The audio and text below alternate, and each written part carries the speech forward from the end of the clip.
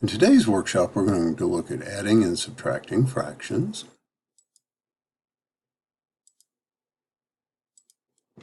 If our denominators are the same, we can simply add or subtract our numerators. Well, let's define some terms first of all. So what is a numerator and what's a denominator? Well, the numerator is simply the value on the top of the fraction bar, and the denominator is the value on the bottom of the fraction bar. So if we're adding or subtracting, we just simply combine our two numerators over that common denominator. So in our first example in the upper left, we see that we have 3 halves plus 1 half.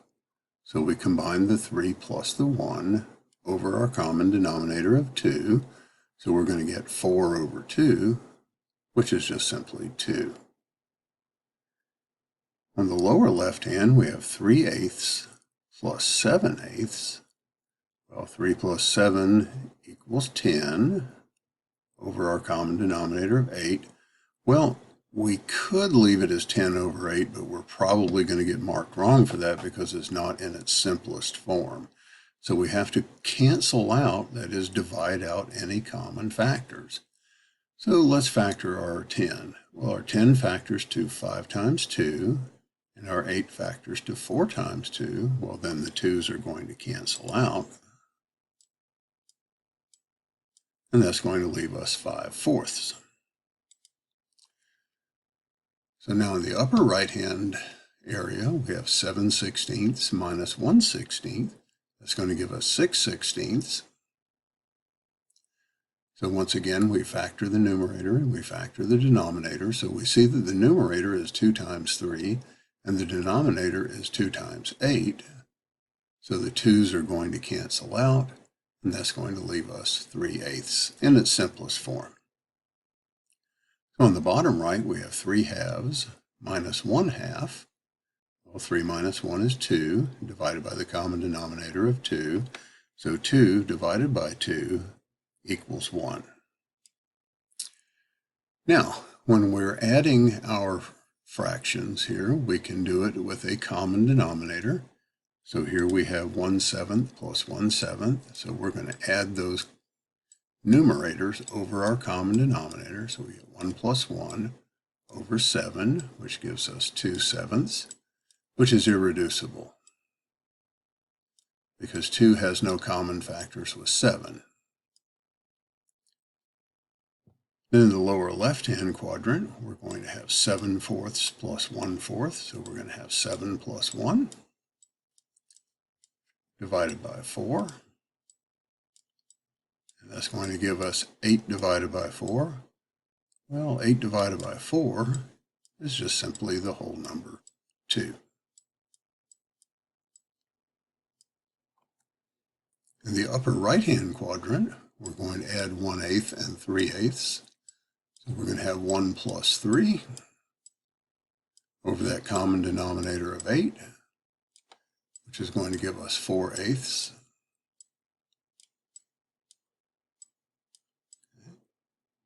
So let's factor 4 over 8. Well, 4 over 8 could be factored into 4 times 1 over 4 times 2.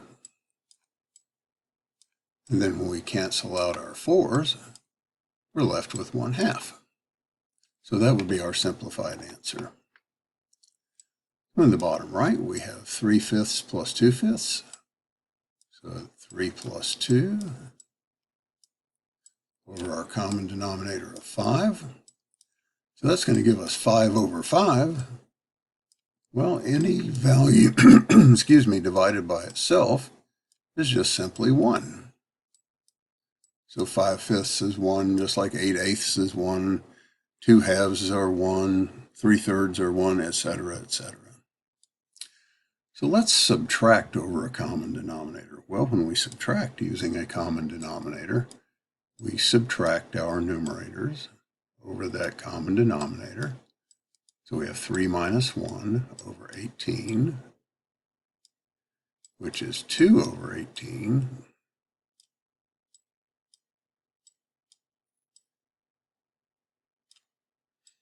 And that's going to factor into 2 times 1.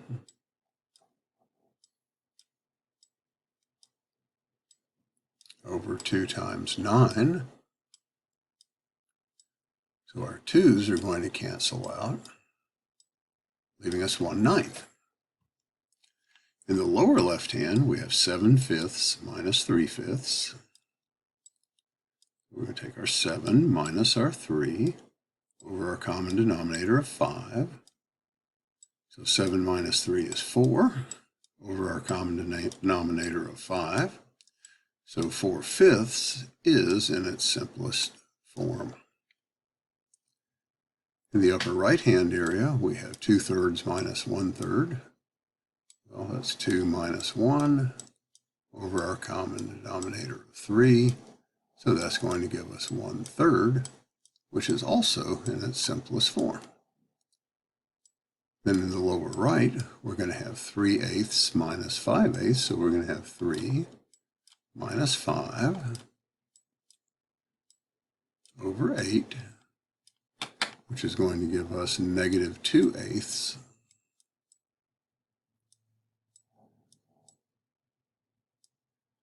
So I've got negative 2 times 1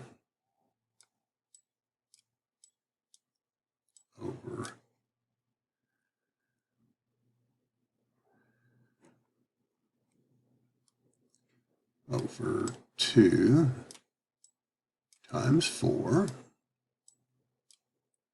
So I can cancel this 2 out with this 2, and we're left with negative 1/4.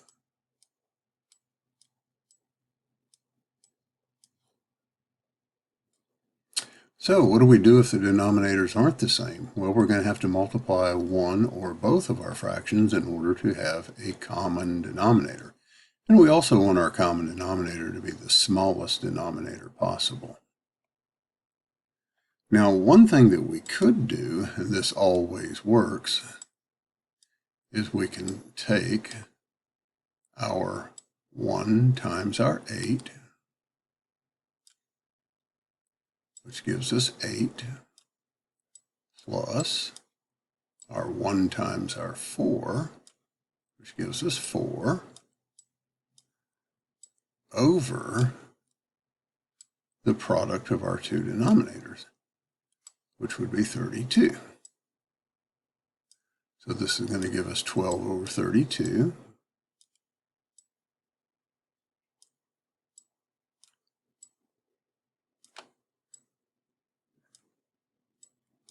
And that's going to factor into 4 times 3. I'm looking for the largest common factor between 12 and 32, and that's going to be 4 times 8. So you'll notice that our 4's cancel out, leaving us 3/8. So that always works. Okay. So if we look at this as A over B plus C over D,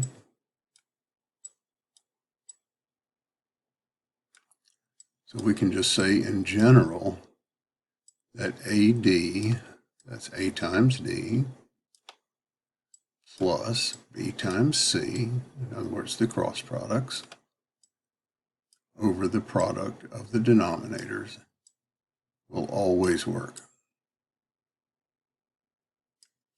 The problem is when we look at the denominator that we found earlier, 32, is 32 really the smallest number that both 4 and 8 will go into evenly?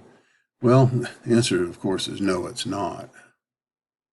So the smallest number that both of these will go into is going to be 8. So how do I change our 1/4 to be something over 8? Okay, well, I'll show you. We're going to take our 1/8 plus our 1/4, and then we're going to multiply the 1/4 by 1. So we can always multiply anything by 1. But I'm going to make this a fancy one. I'm going to make this a 2 over 2. So when I multiply this by 2 over 2, I get 1/8 plus 2/8. So 1/4 can also be written as 2/8. and that's going to give me 3/8. So as you can see, either way is going to work for us. Now, what about 1/3 plus 1/4? Well, in a case like this, we don't have one of our fractions being added that is already the least common denominator. So in this case, our method of doing AD plus BC, so let's write that down again so we can remember that. So we're going to have, if we have AB, A over B plus C over D, so we're going to have AD plus BC over BD. So this is a case where this is going to be probably our best way of doing it. So if I do 1 times 4, I'm going to get 4. See, I'm simply doing the product of these two numbers, plus 1 times 3 over 3 times 4.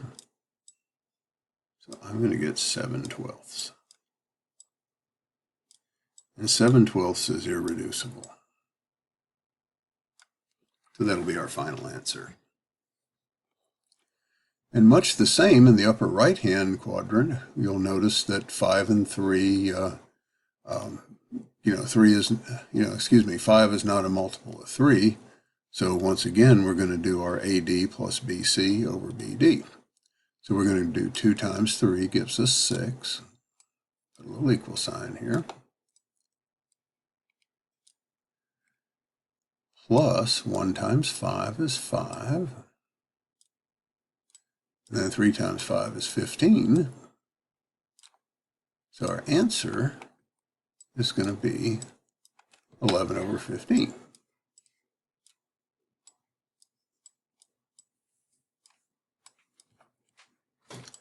So then we're going to take a look at 4 over 7 plus 1 over 8.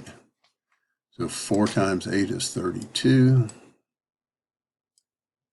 Plus 1 times 7 is 7.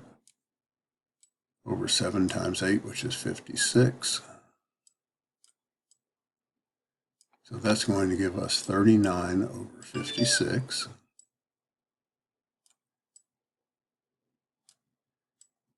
Which will not reduce.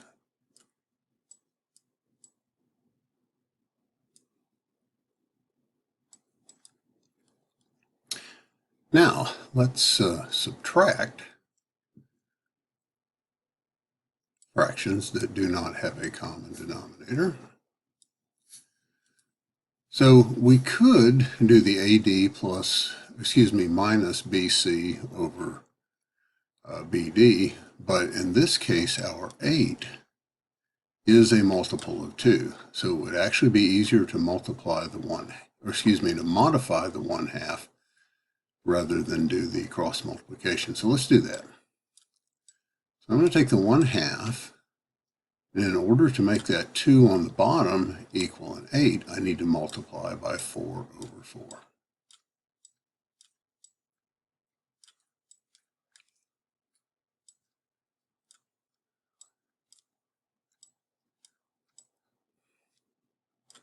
So that's going to give me 4/8 minus 1/8.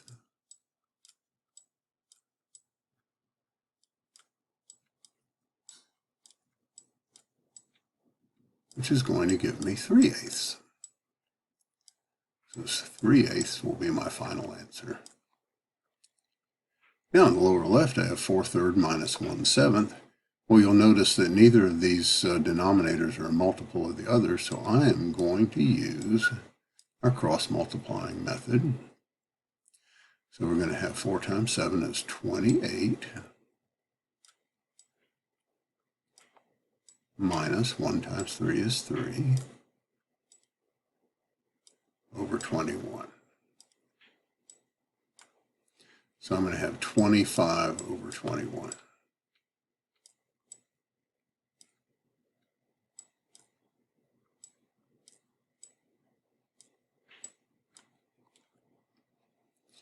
Now in the upper right hand, we have another example where there's no similarity between those denominators.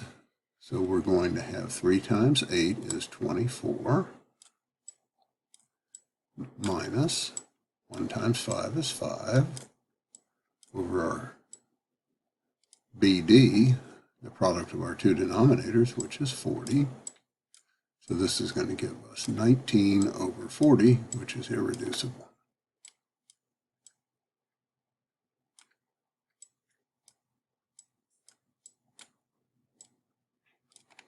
Okay, and then the bottom right, you'll notice that 3 is not, that 16 is not a multiple of 3, so we can use our same methodology here with no trouble. So 9 times 3 is 27, minus 1 times 16 is 16, and then 3 times 16 is 48.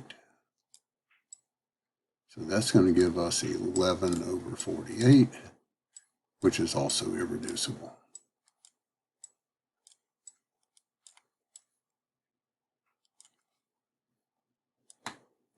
Okay, so we've added and subtracted fractions both with and without common denominators, and through the process you've seen me reducing fractions, so please remember to always reduce your fractions to their lowest level.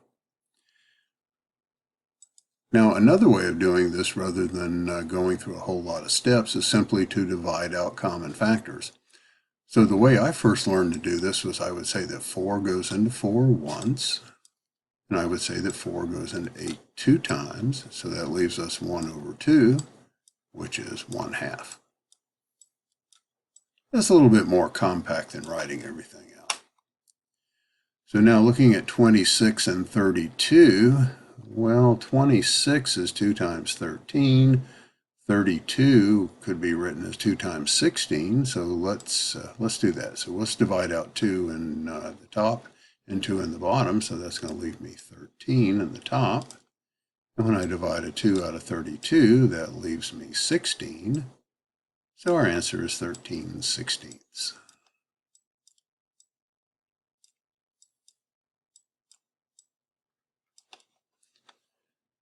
And then in the upper right-hand area, we have 7 over 21. Well, 7 goes into 7 once, and 7 goes into 21 3 times, so that leaves us 1/3. So if you can recognize the common factors, you see canceling out is really pretty easily done. So with 14 and 64, I know that 14 is 2 times 7, and 64 doesn't have any 7s in it, but it does have a 2 in it. So let's divide a 2 out of our 14, and we're going to be left with 7.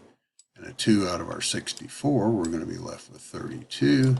So we're going to have 7 32nds.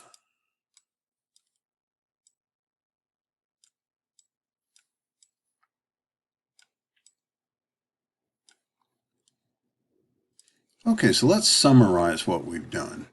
So the addition and subtraction of fractions is possible only when we have a common denominator. That is, the value on the bottom of the fraction is identical. So when we're adding our fractions, we simply add the numerators over the common denominator. When subtracting fractions, we subtract the numerators over the common denominator. And remember, we are not finished until we have reduced our final answer to its lowest terms. Well, thank you for watching.